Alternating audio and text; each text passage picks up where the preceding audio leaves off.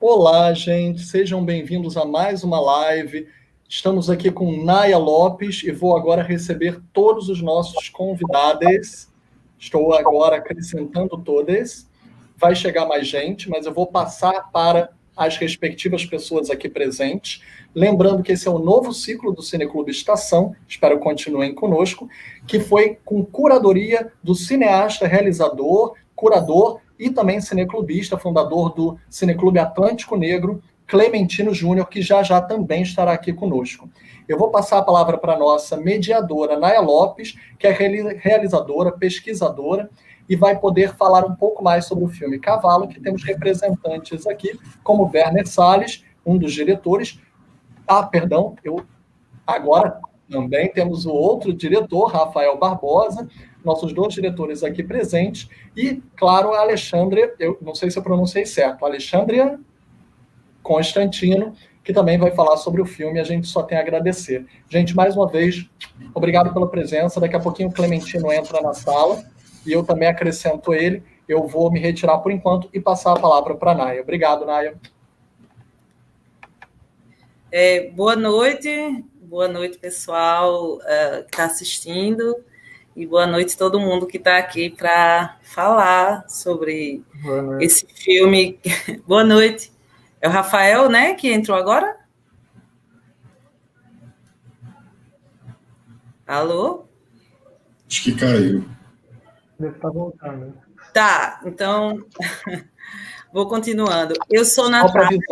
Perdão, só para avisar, se alguém cair, gente, eu estou aqui como suporte técnico, eu boto de volta aqui dentro, tá? Só para avisar. Se cair, pode garantir, espera um segundinho que eu coloco de volta. Meu nome é Natália, mas eu uso Naya Lopes, já tem um tempo. Eu sou pesquisadora em cinema e também sou realizadora, né?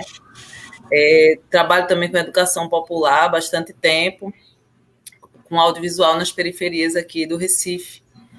E eu fui convidada por Clementino, a gente se conhece de atividades da ação cineclubista, né? Clementino é um cineclubista histórico no Brasil, assim, há muitos anos está à frente do Cineclube Atlântico Negro, e a gente se conheceu a partir do cineclubismo, que é justamente a reflexão sobre os filmes, né? E ele me convidou para estar ajudando na mediação dessa mostra, que ele fez a curadoria, e ele me falou os filmes, né? Quando ele me contou, ele, tem esse filme, eu disse, eu quero falar sobre cavalo. Aí ele, você é danada, mas parece que na primeira quarta-feira tem uma outra pessoa que está na prioridade, e eu disse, olha, eu quero falar sobre cavalo. Aí ele disse, vamos ver o que é que acontece. Aí, quando foi no outro dia, ele me mandou, você é poderosa, você vai ficar com a sessão de cavalo. Eu fiz, massa. Então, assim, isso tudo é para dizer que estamos na conexão, né? Eu pesquiso sobre a ficcionalização, né? A partir desses projetos sociais que eu trabalho, né? Eu faço parte de um coletivo que justamente se chama Ficcionalizar. E eu queria começar falando sobre isso, porque é um processo mesmo a proposta de ficcionalizar, de trabalhar o real e a fantasia, de trabalhar a inserção de performances também, é uma proposta, né? E ela surge já a partir de um processo mesmo. O que virá no filme é um filme-processo, mas antes do filme pressupõe-se que o grupo já vem num processo de pesquisa, né? E aí, sem mais delongas, queria saber de vocês, assim, um pouco sobre esse processo, essa trajetória para se chegar no que vocês conseguiram fechar como filme Cavalo, assim. Pode ser cada um um pouquinho, né? Naya, muito obrigado, bom te ouvir, te conhecer, trocar essa ideia aí. Queria agradecer ao convite do Clementino para integrar essa programação que tá incrível, né? Quando eu vi a divulgação dos filmes que estavam passando, eu fiquei muito feliz, assim, até emocionado de ver Cavalo junto de filmes tão importantes por esse ano, assim, né? De realizadoras e realizadores tão promissores, que eu acompanho desde os curtas-metragens e que quando vi os filmes fui muito impactados por ele. Então, esse momento hoje é bem especial. Eu estou bem feliz de estar aqui e rever o filme agora também, com energia boa para essa conversa. Mas, respondendo a tua pergunta, né, a gente entendeu, no momento do nosso processo, né, eu e Werner, como... Meu nome é Rafael Barbosa, não me apresentei, desculpa, sou um dos diretores do filme, realizador alagoano. E no momento do nosso processo de construção, de busca desse filme, que já é fruto de uma pesquisa de 9 anos, né? Está fazendo 9 anos agora, quando a gente começou, uma primeira investigação do universo das religiões de matriz africana, com o curta Exu, Além do Bem e do Mal, que Werner dirigiu em 2012. A gente foi muito impactado, naquele momento, pelo processo de realização de um documentário, em que a gente teve um primeiro chamado, digamos assim, para se conectar, para conhecer melhor, né? E filmar, né? E a gente passa a desenvolver um processo de pesquisa, de encontros, né, de conexão. Lançamos esse filme em 2012, mas continuamos filmando, continuamos com a rede de contatos que fizemos naquele momento, até que a gente decide que aquela experiência, enfim, viraria um longa-metragem, nosso primeiro longa-metragem, né? Mas o momento em que a gente entende que o dispositivo desse filme é o processo, eu acho que está um pouco na metade dessa jornada.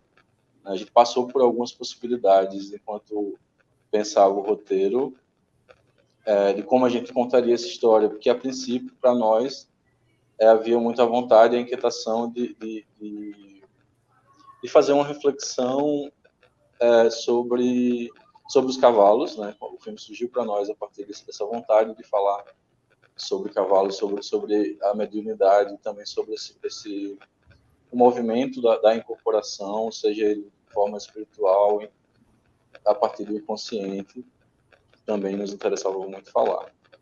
E aí a gente chega num momento em que a gente entende que fazer um filme do processo seria a nossa busca. E a gente fez um teste de elenco com 7...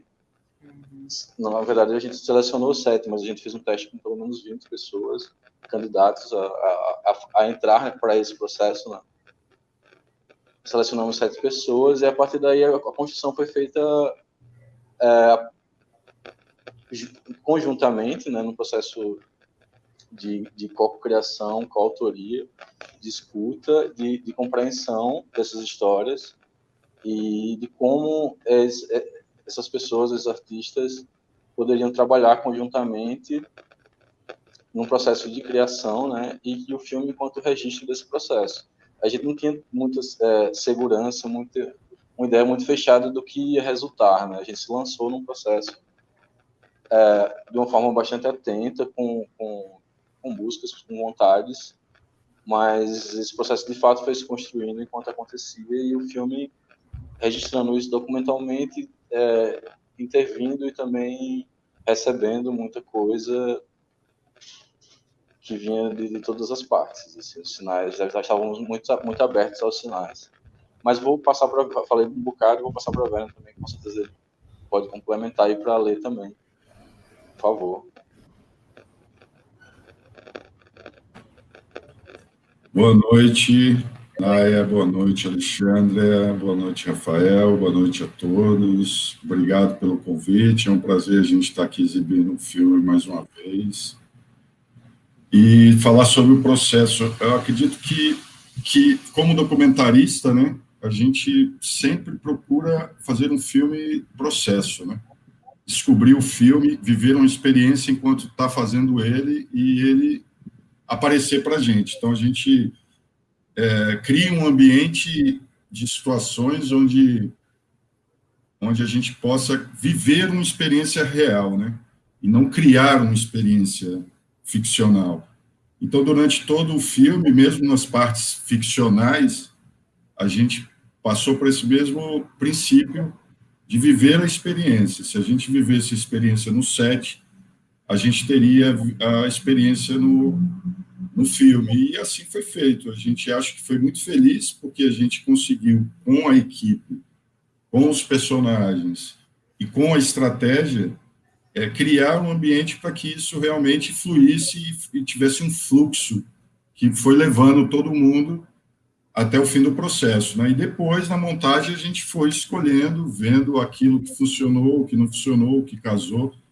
Mas foi um filme feito assim, na busca, no escuro, porque a gente não tinha muitas certezas, a gente tinha algumas ideias, mas muitas dúvidas e poucas certezas, e a gente amplificou isso ao máximo, tentou seguir intuitivamente dentro, claro, dos métodos, dos objetos e das estratégias, mas acho que foi a partir daí que a gente encontrou o tom do filme, né? Quando ele não é encenado para o filme, ele é uma experiência de set, a câmera está ali meio que acompanhando como um documentário os personagens, e a gente também vivenciando os takes únicos, experiências únicas e registrando isso para o projeto no final.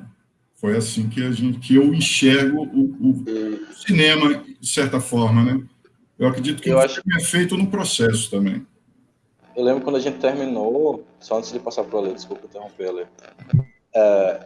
Foi tão intenso o processo para nós que as vivências, tanto artísticas quanto espirituais, que a gente viveu em 3 semanas e meia de filmagem, e quando a gente terminou, eu lembro que a gente conversou, né? Se a gente tiver conseguido imprimir esses sentimentos que a gente vivenciou, assim, que a gente assistiu, a gente vai ter um filme muito potente, assim. Mas a gente tem essa dúvida se a montagem também conseguiria, não necessariamente a montagem, se a imagem conseguiria transpor aquilo que a gente viveu. Assim. Eu acho que em parte a gente conseguiu, porque muitas pessoas têm se relacionado com o filme de uma forma emocional, a partir do sensorial, né, das sensações. Eu acho que a gente foi exitoso nisso. Tá, obrigada. E agora Alexandre. Boa noite a todas e todos. Acho que essa temática, os diretores, eu me sinto contemplado com a fala deles, assim. Acho que se tiver alguma coisa mais pontual, mais pra frente, aí eu acho que eu posso comentar, mas não sei. Tá bem, eu fiz algumas ponderações assim sobre o filme, algumas questões também. O Clementino também me colocou uma questão que eu acho que todo mundo que assiste o filme se pergunta, né, sobre a questão dos bailarinos, né, dos performers, que também são cavalos, né, no candomblé, ou na Umbanda, nas religiões que eles representam no filme, né? E como foi lidar com isso, né? Lidar com a religião, assim, em sua essência mesmo, que é a questão do transe e da chegada das entidades, da fala das entidades. Como isso... Vocês falaram que fizeram um teste. Quando vocês fizeram o teste, vocês já perguntavam os bailarinos sobre isso, sobre se eles eram da religião, se eles tinham alguma experiência com transe, ou esse caminho que adentrou pela experiência deles e pela vivência no candomblé mesmo, foi uma coisa que surgiu e vocês foram acrescentando à narrativa. Werner, quer começar ou eu posso falar? Não, a gente, nesse teste que a gente fez, essa chamada, né, nós gravamos como entrevistas, pensando até que como uma das camadas narrativas possíveis do filme. Inclusive, elas estão disponíveis no site do filme, cavalofilme.com.br. Vale a pena para quem gosta do filme e quer conhecer mais sobre o processo. Bom mesmo, não tinha visto. Tem entrevistas completas, assim, de um set de personagens. E assim, nesse momento, a gente já buscava cavalos, mas não só, porque a gente tinha também, desde aquele momento, uma vontade de amplificar o significado do cavalo. E então, a maioria das pessoas que fizeram o teste eram dançarinos, na verdade, todos eram dançarinos e dançarinas, e alguns eram cavalos. Então, assim como no filme, das 7 personagens, 3 eram cavalos naquele momento, né? Porque hoje alguns já vivem processos que estão se aprofundando na experiência. Outros, entre esses 4, alguns, enfim, já viviam a busca dessa relação com a ancestralidade a partir da sua arte, assim como a Lei vai poder falar sobre isso, né?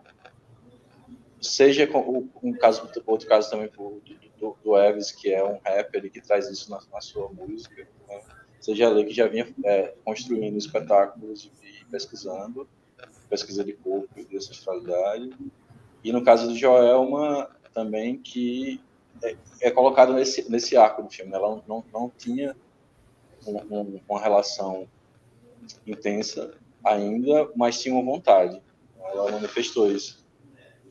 E aí o arco dela no filme é se aproximar, conhecer mais e transformar essa experiência na performance dela. E eu perdi o fio aqui de uma coisa que eu ia falar importante sobre isso também. Mas, enfim, como é que foi essa relação? Foi uma relação também que cada um pôde falar nesse teste, né, sobre isso, como era que ele se relacionava com o transe, como foi a história desse encontro com a mediunidade, né? E essas entrevistas acabaram não entrando no filme, mas foi muito importante para a gente enquanto processo, para que a gente pudesse construir as abordagens, né, de cada um deles. Então é ali que a gente se alimenta de informação para construir algumas cenas, para tentar trazer à tona, né, informações sobre esses personagens, e a partir de seus cotidianos, a partir de suas ações. Mas, assim, a gente teve contato com as entidades, por exemplo, e essas conversas filmando. A gente não teve antes. A gente teve, sim, um momento em que a gente teve uma conversa em que, para buscar as anuências, autorizações, né, para filmar, alguns permitiram, outros não. E buscarmos orientações, a melhor forma de trazer isso para o filme. Alice, você quer falar um pouco sobre isso? Werner também, fique à vontade.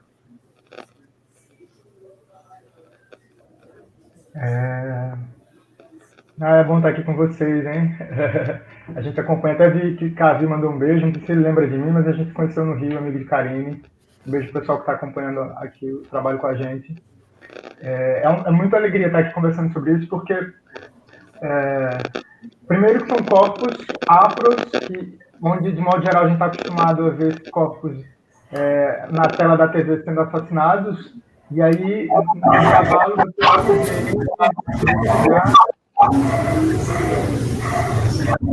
nesse lugar dessa potência. E aí é importante pontuar que a preparação do filme, que foi o Flávio Rabelo e o Glauber Xavier, eles buscaram trabalhar com a gente porque alguns dos bailarinos tinham uma experiência maior com a dança contemporânea, outros uma experiência maior com a dança afro. Então, os preparadores, eles tentaram, o trabalho deles foi tentar encontrar a junção da equipe, né, do elenco, mas também o que era mais potente em cada um. Esse lugar do trabalho da performance foi muito nesse lugar de trazer o exercício da presença para, por exemplo, nós temos, como o Rafa falou, alguns que são do candomblé, outros que não são do candomblé, e tem uma relação maior ou menor com a religião ou com a própria ideia do que é ser cavalo. Mas quando o Flávio e o Glauber começam a trabalhar com a ideia de presença, partindo muito mais como utilizando a performance como uma metodologia de trabalho, a gente começa a construir um corpo.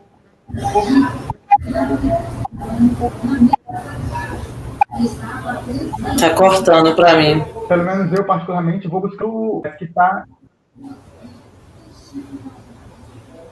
Tá cortando a Alexandre para mim. Vocês estão... Consegue me ouvir?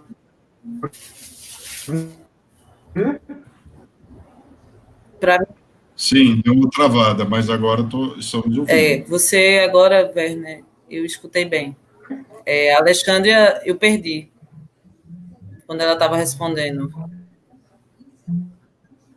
Você poderia repetir, Alexandra? Acho que o sistema travou. É que o trabalho... você consegue me ouvir agora melhor? Agora eu estou ouvindo. A imagem está um pouco travando. Você consegue me ouvir melhor, Naya? Sim? A imagem está travando um pouco, mas o áudio está bom agora.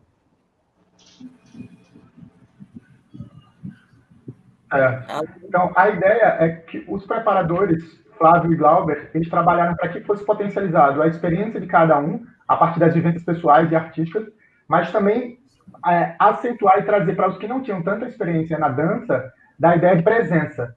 Porque muitos trabalham com a dança afro, alguns com a dança contemporânea. Joelma já tem como ela vem de uma companhia de dança contemporânea, mas ela também bebe muito da dança popular. Tem as especificidades do trabalho dela também. Então, o trabalho dos preparadores foi unir esses corpos e potencializar a experiência de cada um deles para a performance de cada um. E sempre, claro, trazendo essa lembrança para a gente de que nós somos, dentro dessa cultura, né, o cavalo, por isso que a gente brinca que não dá muito para adaptar quando o filme vai para fora do Brasil, porque aqui, para nós, é muito específico e é muito precioso. A palavra cavalo é a pessoa que recebe a divindade ou a entidade, no caso da Umbanda. A entidade, os caboclos, os exus, e no caso do candomblé, as divindades que são os orixás. Então, eu particularmente não tinha muita experiência com esse universo. Eu comecei a adentrar esse universo há uns 5 ou 6 anos, quando comecei um projeto chamado Saravá, que era dança para os orixás também. Mas até então eu não tinha aproximação com o candomblé. A minha educação, de modo geral, realmente, como acho que a maioria da população brasileira ainda é do preconceito, do não conseguir olhar para a riqueza dessa tradição. Então, de certo modo, o trabalho também foi de nos aproximar da nossa tradição afro-indígena também. Não só o potencial da ação artística, mas também da tradição em si. Alexandra, você já tinha participado de algum filme? Já tinha feito algum filme? Sim. Nesse universo da dança, eu comecei com o primeiro filme que se chama Ícaro, que é um filme, um curta, com a diretora Carla Chá, que é uma nova-iorquina, e foi em 2016 que foi lançado. O Ícaro é nesse universo também da dança e da interpretação. Foi onde eu comecei esse mergulho, trazendo a dança em si, porque o meu percurso é como ator. Em 2007, eu conheci um coreógrafo, Jorge Schutz, e aí eu começo a trabalhar com dança contemporânea e contato improvisação para montagem de projetos. Em 2006, eu recebi o convite para o filme, que foi o da Carminha, e eu já estava meio que vindo para Maceió também. Acho que o Rafa viu, não sei se o Werner viu. O Ícaro, você é de onde? Eu sou daqui de Maceió, mas morei os últimos 10 anos no Rio. Ah, ok. Estava voltando para Maceió. Sim. Tudo certo. É que a minha pergunta é assim, porque é sempre uma experiência, digamos assim, que joga a gente, né? Que suspende fazer um filme, né? Eu acho que tanto para quem está na direção e no roteiro ali, que está preso a essa narrativa, que quer ver acontecer, está atento, né? Tanto também para as pessoas que são convidadas, né? Para o elenco, para as pessoas da equipe técnica que são convidadas, assim. Então, quando você estava falando, eu pensei assim, você disse que já vinha num processo de aproximação com as danças afro, né? E com as danças, digamos assim, que vêm da matriz afro-indígena. Mas você teria algum momento assim que para você foi realmente mais marcante ou divisor de águas para você ao longo desse processo, Alexandre? Com cavalo ou com cinema? Com cavalo. Com cavalo. Cara, acho que o encontro com os diretores, honestamente, assim, é engraçado falar isso porque eles estão aqui na minha frente, mas enfim, a gente tem uma relação muito boa, não dá para negar. Para mim, um dos momentos mais importantes foi quando eu conheci Rafa e Werner na entrevista, porque foi uma entrevista. Assim, eu morei muitos anos no Rio e a gente acaba tendo acesso a muitos testes e várias, enfim, né? E sim, eu tive outras experiências também muito afetuosas e carinhosas no set, por um teste, um acolhimento. E foi exatamente assim que aconteceu com o Cavalo. Eu me senti muito à vontade no teste. Eu não sabia se eu ficaria, porque eu venho do universo do teatro e bebo da dança, mas eu não sou um bailarino. Mas o encontro com eles, e lembro também o primeiro encontro com a equipe inteira que a gente fez no Centro de Arte, ali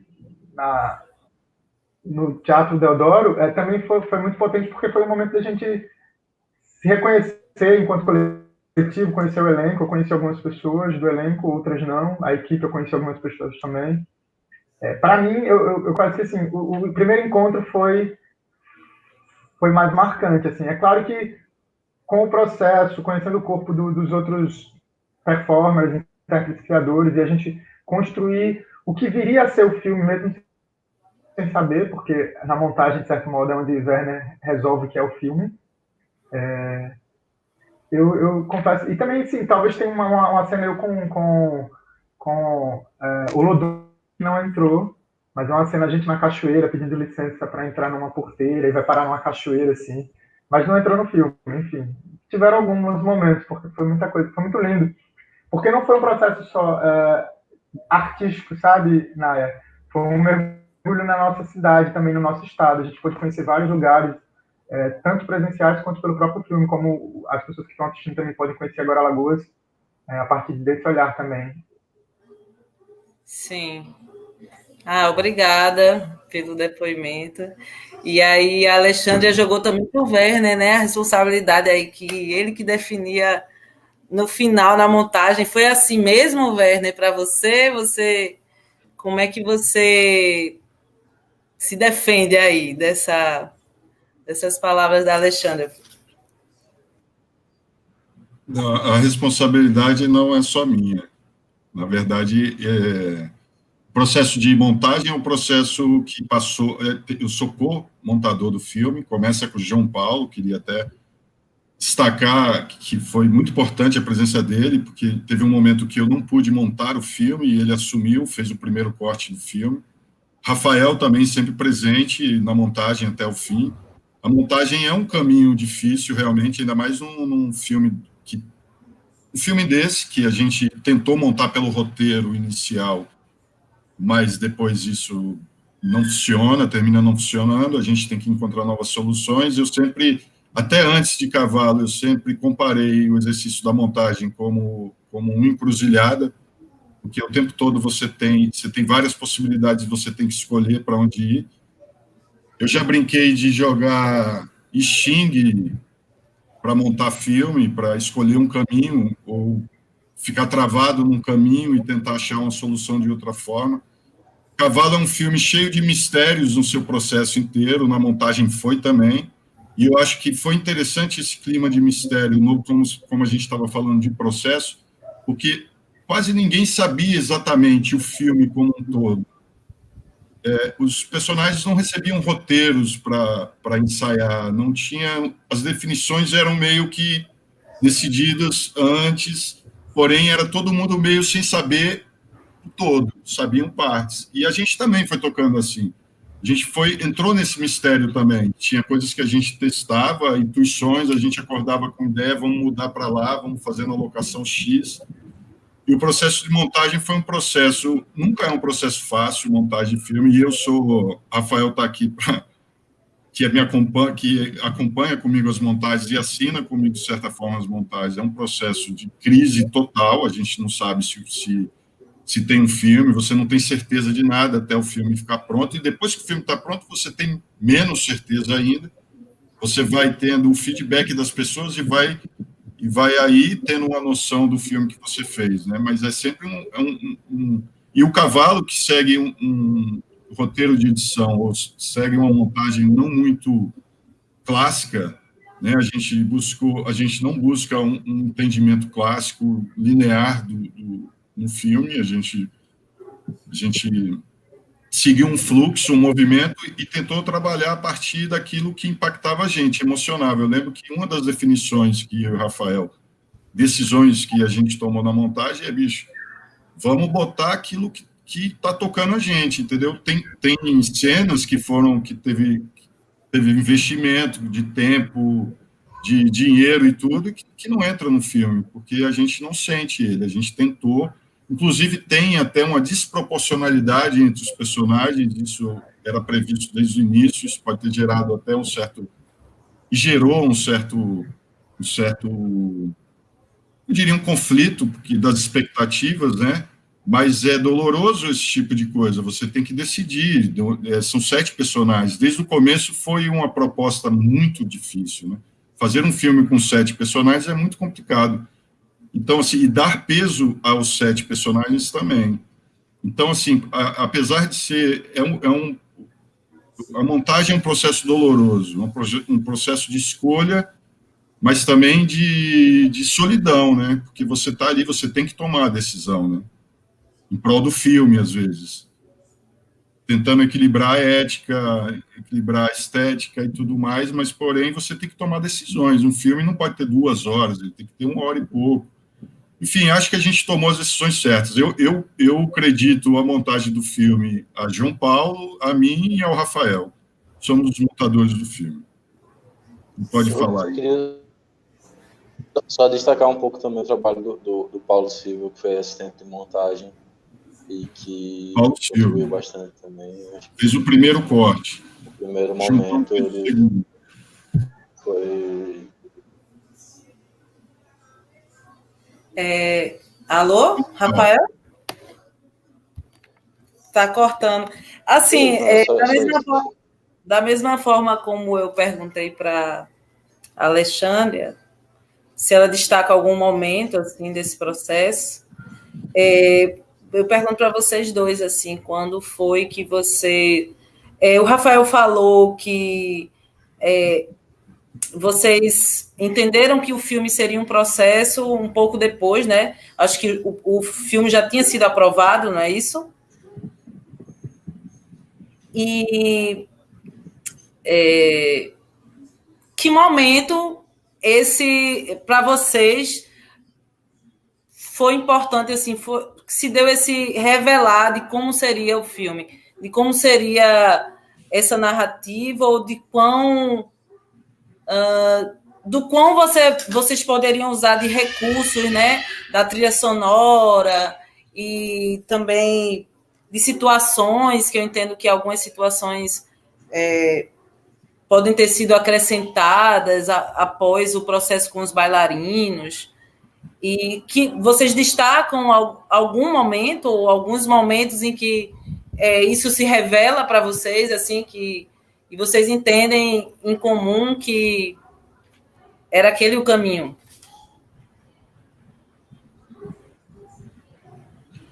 Vou começar, Rafael, respondendo. Começa.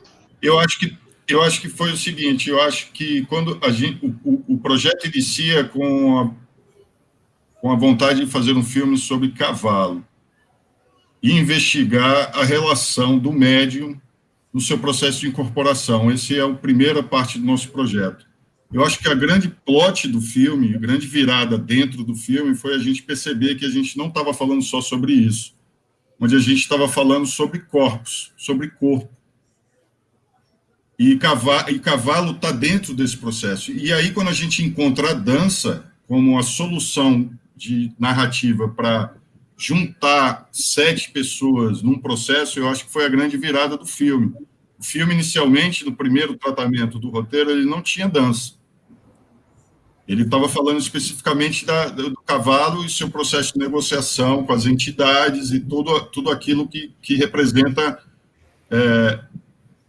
as negociações que o cavalo tem consigo e com suas entidades. E a partir do momento que a gente descobre que o filme era mais do que isso, e a gente descobre a dança, a potência da dança contemporânea, desses corpos dos personagens, eu acho que aí o filme dá uma grande virada para a gente e e passa a ser esse filme aí, que é um processo artístico de 7 jovens dentro de uma criação, e aí o filme encontra um fio condutor, além do fio condutor, encontra a beleza do filme, né? Foi a partir dessa estratégia que a gente conseguiu potencializar aquilo que a gente queria falar de ancestralidade, falar de mediunidade, falar da potência do corpo, falar da arte, né? Da criação, do processo de criação, tudo se encaixou nesse fio condutor. Então, acho que para mim, foi a grande virada do filme. Alguém?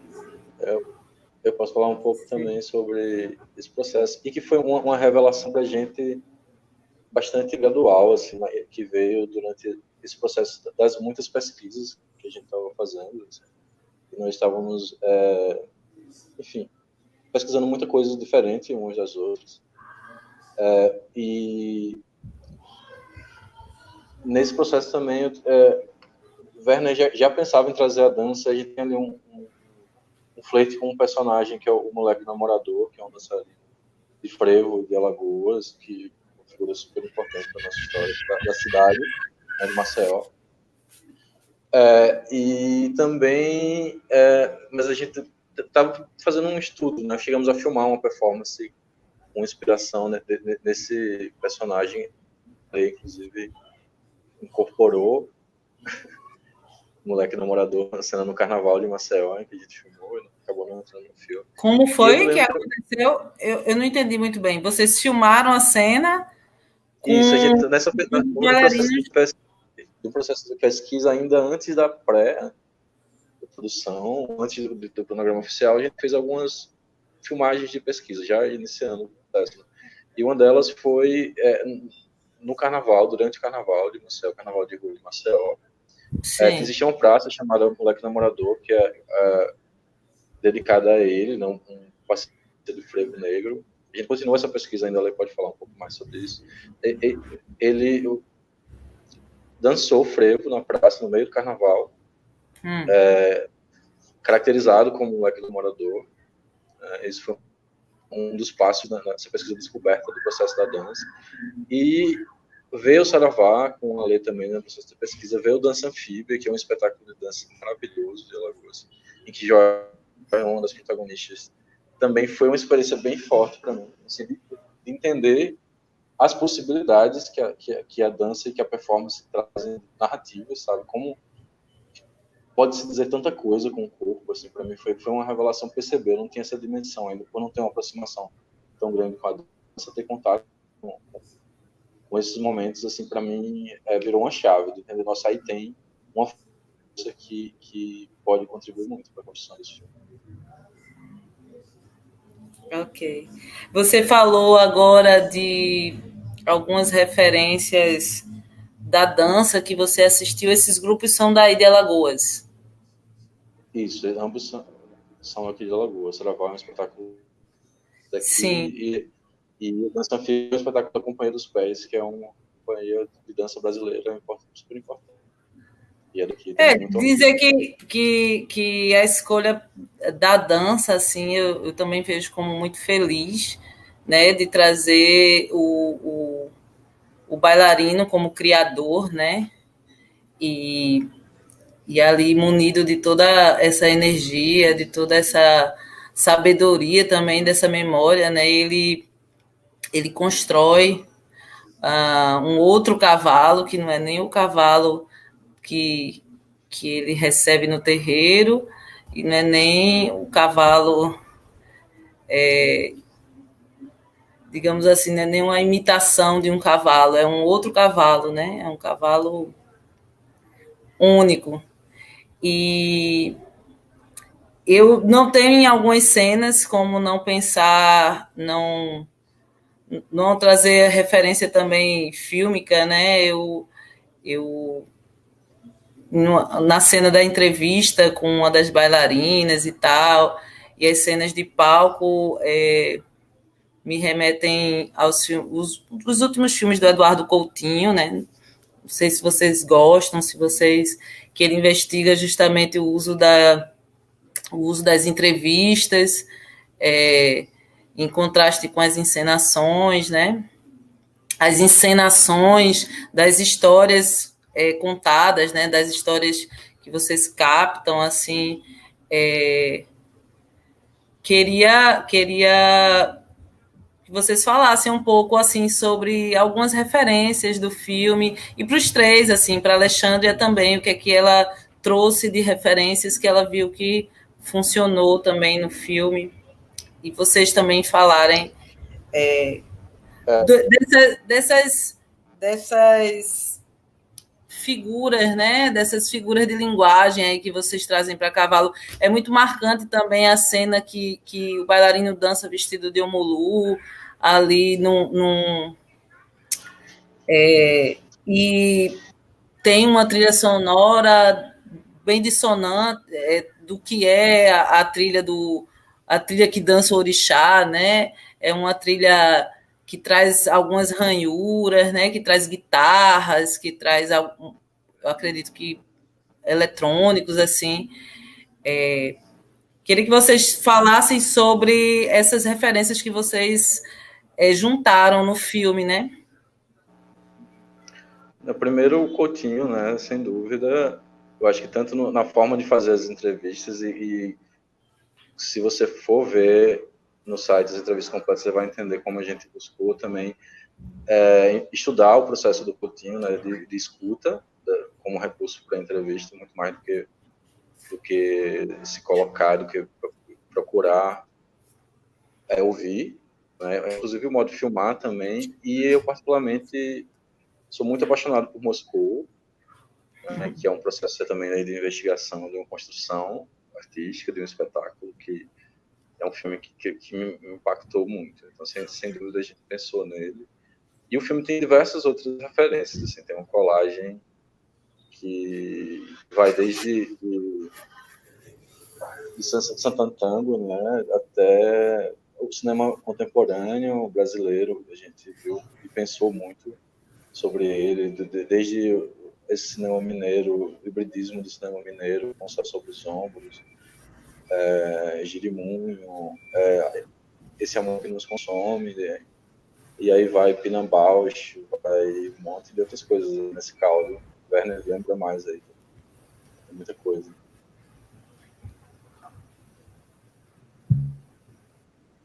De certa forma, as referências começam a ser tudo que a gente já atingiu a gente, né? Mas claramente a gente teve referências pontuais em algumas cenas de alguns filmes. A gente meio que presta uma homenagem ao Belatar, presta uma homenagem a Pichapong, presta uma homenagem que eu digo assim, interna, né? A gente falou muito do Pedro Costa, né, quando discutia a fotografia com o Yuri, lembrando também do Roberto Yuri, que é um super fotógrafo, contribuiu muito com o olhar dele, e também fez a fotografia do Cabeça de Negro, que é outro filme que está na programação. Então, de 4 ele fez 2, super Roberto. E eu acho que termina sendo isso, né? Um conjunto de referências, porém eu acho Cavalo muito diferente também desses filmes. A gente meio que e quando falou de Cavalo, eu queria só complementar que Cavalo ele passa a ser para a gente uma metáfora do processo de criação, né? Que quando você cria, você se conecta com algo, você busca, você é uma antena.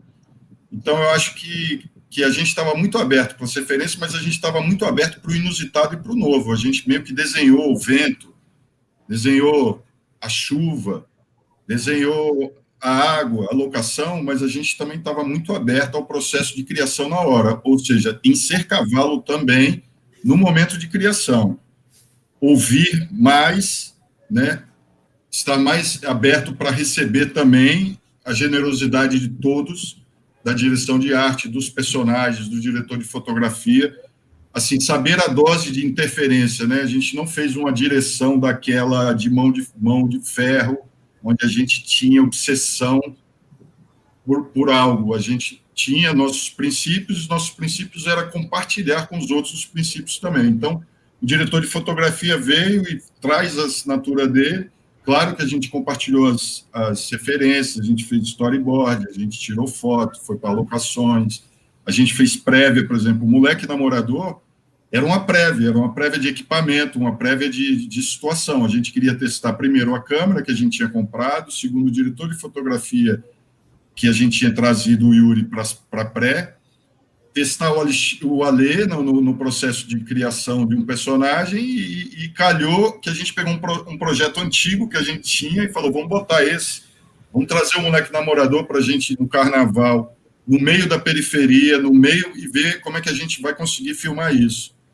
Então, tudo era um processo muito de escuta, né?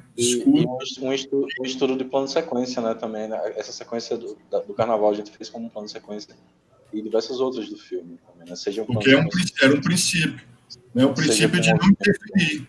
Plano de sequência sem interferir muito. Todos os planos de sequência que a gente ensaiou demais nem entraram no filme. Os planos de sequência que entraram foram aqueles que a câmera foi ligada e o personagem e o fotógrafo e toda a equipe entrou no processo de criação, né? Então, esse lance que eu acho que foi bacana foi dar espaço para os talentos individuais de todos, dos diretores de arte, do fotógrafo, dos personagens, e está aberto para ouvir, né? Está em silêncio também para deixar acontecer, né? Que é o time do filme, né? Não tinha tantos cortes, corta. Acho que mal a gente falou corta. Falava corta por obrigação, porque tinha que, um momento, desligar o equipamento, mas não era uma... As claquetes eram claquetes iniciais e ficava filmando e deixando que a coisa acontecesse. Poucas interferências. Com interferências, não quero dizer que não teve, porque não seria verdade, mas tentando dialogar com o outro, né? Tentando escutar o outro. Eu acho que isso foi também uma base da potência do que está ali. O que você acha disso?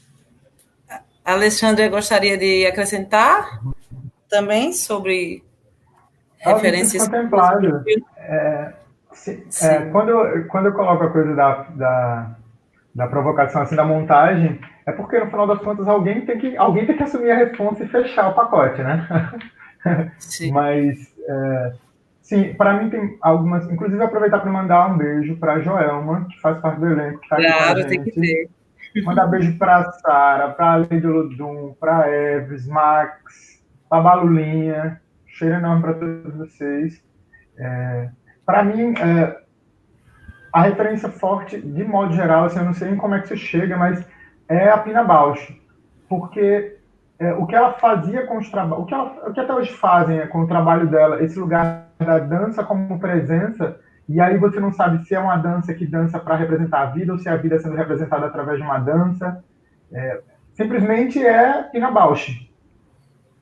E aí eu sinto que Cavalo também, quando o Werner fala, e Rafa também, de fato, foi um processo muito aberto, sabe, Naya? Existiam os direcionamentos, eu imagino que, tanto que como o Rafa falou, teve um primeiro ensaio que foi Moleque Namorador, eles me soltaram na praça, e aí eu tomei uma dose de cachaça, minha filha, a entidade baixou. Sei como sei lá quantas horas da manhã, e fui rodando, eles gravaram, terminou de gravar, e eu fiquei lá jogado, depois alguém foi me raptar, aí falou assim, mas Ale, achei que você ia voltar, já tinha acabado, e eu estava lá jogado, porque eu não sabia onde é que eu estava. Uma foram 2 doses de cachaça, uma coisa assim. Mas, ao mesmo tempo, também muito, muito gratificante, porque é perceber que quando a gente se dispõe, as forças se aproximam. Eu sinto muito isso com esse processo que a gente passou com o Moleque Namorador, que a gente tem um desejo de transformar em um curta, né, Rafa? Enfim, é um projeto que a gente está idealizando um pouco mais para frente, que já é um projeto de Werner também, enfim, a gente está se misturando, né? É uma coisa assim. E a gente... Desculpa, minha gente, assim, eu sou candomblessista, né? Eu sou abiano, um terreiro aqui de Paulista, região metropolitana do Recife, o Ilê-Axé, Orixalá Talabi. E eu sempre me preocupo muito com essa questão das entidades aparecerem, assim. O Rafael falou um pouco, né, que houve um processo de pergunta às entidades, e houve um tempo também para se ter anuência. Vocês sofreram alguns questionamentos quanto a isso? Desde o início foi tranquilo? Filmar as entidades, vocês não perderam material nenhum nesse caminho, sabe? Como foi aí esse acesso que enfim, permitiu, né? Eu acho que Exu abriu os caminhos para a gente, porque a gente fez um curta há 8 anos atrás, chamado Exu Além do Bem e do Mal. Nesse curta, muitas coisas aconteceram, porém, a gente encontrou muitas portas abertas. E acho que desde lá que a gente tem encontrado essas portas abertas. Claro que a gente pediu com muito respeito, a gente fez todos os processos que precisam ser feitos para iniciar um projeto desse, mas foi um processo aberto. Até em Exu mesmo, quando a gente quis entrevistar as entidades, eles paravam o toque no meio de uma noite de Exu com 15 Exus e o Exu vinha para a gente entrevistar. A gente teve essa, não sei, mas eu diria que as portas abertas, de certa forma, por ele, por Nanã, por Omolu. A gente estava... Assim, a gente, desde o começo, achava que era importante entrevistar as entidades, porque, enfim, dentro da temática da busca do filme, era algo muito significativo, né? Mas a gente também, desde o começo, teve muito cuidado, e nós não somos iniciados, né? Então a gente tem uma relação diferente de uma pessoa que é iniciada, mas a gente o tempo todo buscou conversar com os babalorixás que estavam dentro do processo do filme e outros que não, que a gente conheceu, se consultar sempre para entender as implicações de até onde a gente poderia ir, né, até onde a gente poderia mostrar e até onde não, porque nunca tivemos também o interesse de mostrar segredos, mostrar coisas que não deveriam ser mostradas. Então tudo houve uma anuência, houve sempre a gente consultou sempre as entidades, consultou os bustos para ouvir, e algumas coisas não foram permitidas, a gente entendeu completamente. Outras foram orientadas, né, de como deveria ser feito. Isso é todo o processo. Inclusive, a gente teve um assistente de direção, o Guilherme César, que é iniciado, que ele pôde também, o tempo todo, trazer o conhecimento dele para que a gente fizesse tudo com o máximo de respeito. Aquela cena com a dança do Omulu, vocês filmaram quando? Foi mais ou menos, eu acho que na metade do processo, né? Na metade para o final. Tem anos já? Tem 2 anos. Foi em 2018, junho de 2018. E aquela obrigação para um que está no filme, ela faz parte, enfim, desse processo que a gente teve de anuência para filmar aquela cena. Sim. A gente filmou aquela obrigação também com essa, enfim, esse entendimento de que aquilo era uma parte da liturgia do ritual, só uma pequena parte, né, do ritual que é muito maior. Sim. Outras etapas que não deveriam ser mostradas, a gente também não teve interesse em filmar. E aquele momento a gente filmou. Eu pergunto porque vocês devem saber, né, ao longo do cinema brasileiro, assim, essa questão de se mostrar partes de rituais ou não, e como se mostra, assim, é recorrente, né? Sempre tem... Respondendo o que você perguntou sobre questionamentos, desculpa te interromper, eu lembrei agora que eu não tinha respondido isso. Algumas pessoas colocam essa dúvida, né? Perguntam como isso aconteceu, se teve autorização, se não, entendendo o processo, mas eu achava até que seria mais problematizado. Eu vejo que as pessoas têm compreendido, né, esses limites. Eu perguntei sobre a dança do Omulu porque, primeiro, assim, 2 coisas. Esse filme eu assisti agora, recente, né, quando vocês exibiram na mostra Mohamed Bamba, e fiquei muito, muito apaixonada, e me remeteu muito ao Vaga Carne, da Grace Passou, que foi lançado também esse ano, né?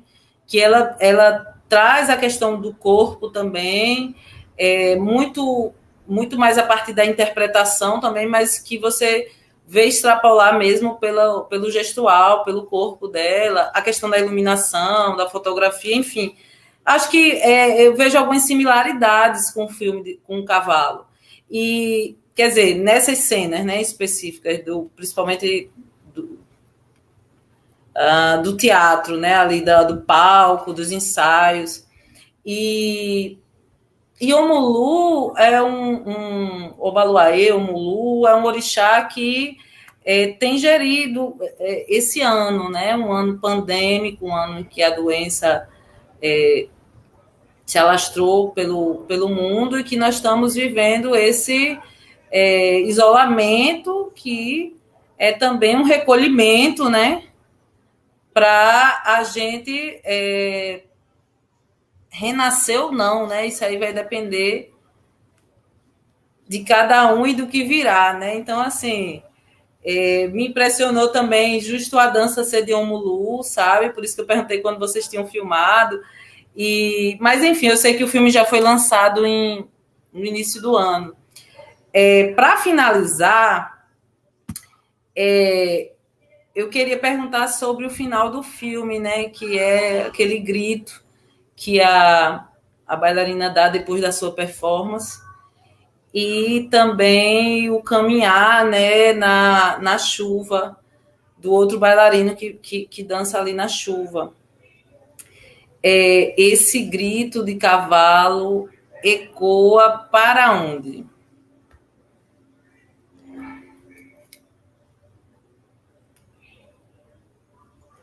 Quem quer começar?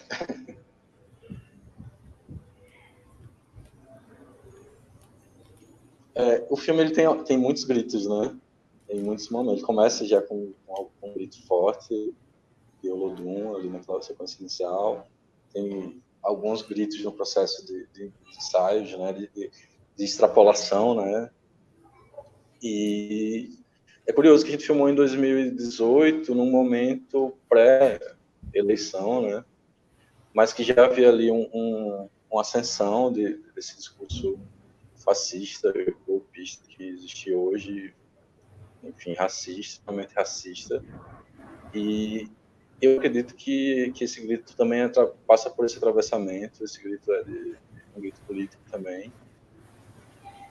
Enfim, obviamente, Joelma vai saber melhor explicar o que motivou ela, ainda que intuitivamente, a explodir com aquele grito. Mas eu acho que eu costumo dizer também que é um grito de poesia, porque poesia foi uma palavra-chave do filme para nós, e ela é buscada de diversas maneiras, inclusive no grito, por que não? E é um grito que eu acho que a gente sente vontade de dar, né? A gente precisa dar, e eu fico com vontade de dar também.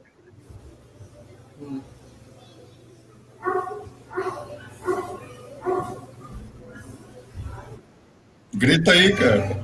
Agora não.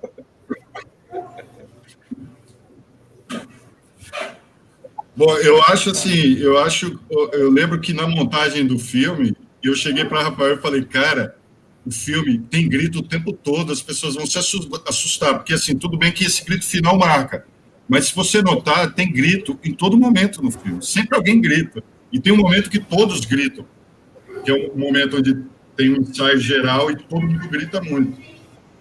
E a gente achou bacana, porque assim, o grito é uma expressão muito importante. A gente está falando ali de corpos, a gente está falando de corpos negros e eles querem gritar e eles gritaram. Não foi nada que a gente pediu para ninguém gritar, nem teve um ensaio para gritar. A Joelma poderia explicar esse grito dela, porque quando ela fez essa performance dela, que termina com um grito, calou todo mundo do set. Quando ela não tinha nada pontuado. Joelma, no final você grita e corre para o escuro. Não tinha nada disso. Ela fez a performance dela, criou a performance dela, sentiu a necessidade, e aí é aquele lance que eu falei, que a gente não corta. Então, assim, a câmera estava lá ligada, ela cai, ela termina a performance dela e cai na água. Ali poderia ser um corte. A gente não cortou. E ela fica deitada na água durante o tempo e sente a necessidade de dar um grito. Ela estava vivendo uma emoção muito forte, um processo de criação muito íntimo e muito forte. ela grita e sai correndo para o escuro. Ali a gente estava num galpão, que a gente produziu aquela água para fazer a cena. Naquele momento tinha toda uma equipe por trás ali filmando, eu lembro muito bem disso, que foi muito marcante, e ficou um silêncio durante... Ninguém falou mais nada depois daquilo. Então foi um grito muito forte, muito potente, né? Então eu acho interessante o grito. E eu acho que o Rafael deveria gritar mais. Então, grita, Rafael. Está com vontade de gritar? Grita. Eu acho que o filme é um grito. Já é o grito. Você já deu o seu grito no filme. Alexandra? Nosso grito. Eu sinto que são alguns gritos, né? Eu acho que, antes de tudo, para mim, agora, fazendo a leitura do filme, porque a gente viu o filme e é um pouco confuso ainda, né? Porque, assim, é um filme marco na nossa história aqui, né? O primeiro longa com incentivo público do Estado. Então, já mexe com a gente essa oportunidade de estar num filme que é um marco para a história do Estado e, para mim, do Brasil, porque nós somos a terra dos Zumbi dos Palmares, que se tem história do maior quilombo livre do mundo. Falam da América, mas do mundo, até onde eu compreendo. Então, quando esses corpos se encontram, essa explosão do grito, e aí eu sinto muito que é isso. Agora, aos poucos, eu estou ouvindo um pouco, eu vendo o filme, ouvindo bastante sobre o filme, refletindo sobre o filme. É isso, é tanta informação sobre o filme que a gente ainda, eu demorei um tempo para compreender o que eu estava fazendo ali, assim, como é que eu me sentia no filme. E aí tem vindo coisas muito interessantes, que é pensar, o filme ele é muito, para mim, quando eu jogar uma grita, é um grito do feminino que está naquele filme também, é um grito do Werner, é um feminino do Rafael, é um feminino dos homens e das mulheres que fazem parte do filme, porque são corpos pretos, e a gente não pode esquecer que as mulheres pretas são a base de um sistema nesse país, que sustentam até hoje nas costas desse país, como canta a nossa Elza Soares. Então, eu particularmente, quando vou para as minhas conduções da cena, aquela minha cena no início com Olodum, eu guiado por uma mulher, pela força feminina. Quando eu faço a cena de Eva, é uma voz do feminino. Quando eu estou em casa, eu sinto que casa tem a ver com o feminino. Então, eu sinto que o filme é muito... A gente filma na terra de Nandan, essa força potente que começa o filme com o grito de Olodum, no mangue, ventando e chamando aquela força. Então, eu sinto que o filme tem muito desse feminino e esses gritos que também, em algum lugar, espero que eles ecoem também nos masculinos, em nós e nas pessoas que vejam, para que a gente possa acender essa força que Cavalo traz. Não só a força dessa potência, mas essa força sensível e poética que o filme acaba sendo também.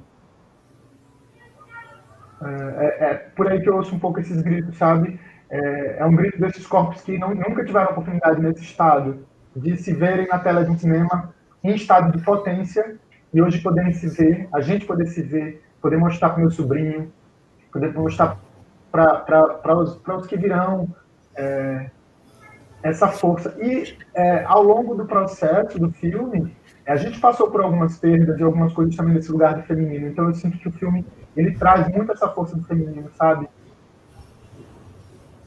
É muita energia. E quando eu falo do feminino, não estou falando só das mulheres, eu estou falando do nosso feminino também, que a gente ainda não sabe, ou não conhece tanto, mas o filme ele tem uma força muito grande do feminino e das forças que passaram por ele. Então eu sinto que esse grito é um grito também dessas mulheres, sabe? Tanto das pretas, mas também das brancas, e das mulheres que existem em nós, homens também. Eu também queria complementar sobre o que você falou sobre o Molu, que antes de a gente começar o processo de filmagem, assim, o jogo revelou pra gente que o Molu era o orixá que regia o filme. E isso reverberou em significados e ressignificados, assim, vem revelando nesse tempo, né, que o filme existe, desde de experiências pessoais que a gente viveu até essa pandemia, né, que nunca passou pela nossa cabeça, né, ninguém que lançaria nosso filme enquanto o mundo estaria vivendo essa experiência, né. E aí, também, muito interessante ver como ele entra ali na Ming, quando você viu o filme com aquele tema, né, da ancestralidade, tempo e cura. Eu acho que aquela obrigação também ganha um outro significado para muita gente, que vai mais fundo no coração. Sim. Para mim, o grito dela era para o futuro.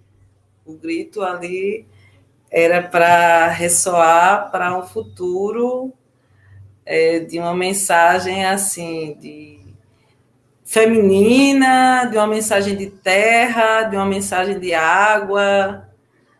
E eu vi algumas... eu pesquisei um pouco esses dias sobre o filme, procurei alguma crítica que tivesse saído e vi que algumas pessoas falam em afrofuturismo, né? Por conta de algumas quebras que vocês fazem na montagem. E eu fiquei me perguntando se eu entendia também assim, mas aí no final, agora reassistindo, eu fiquei com essa impressão de que aquele último grito ali era um grito para o futuro, um grito para que a mensagem chegue para além, né? Para depois do agora.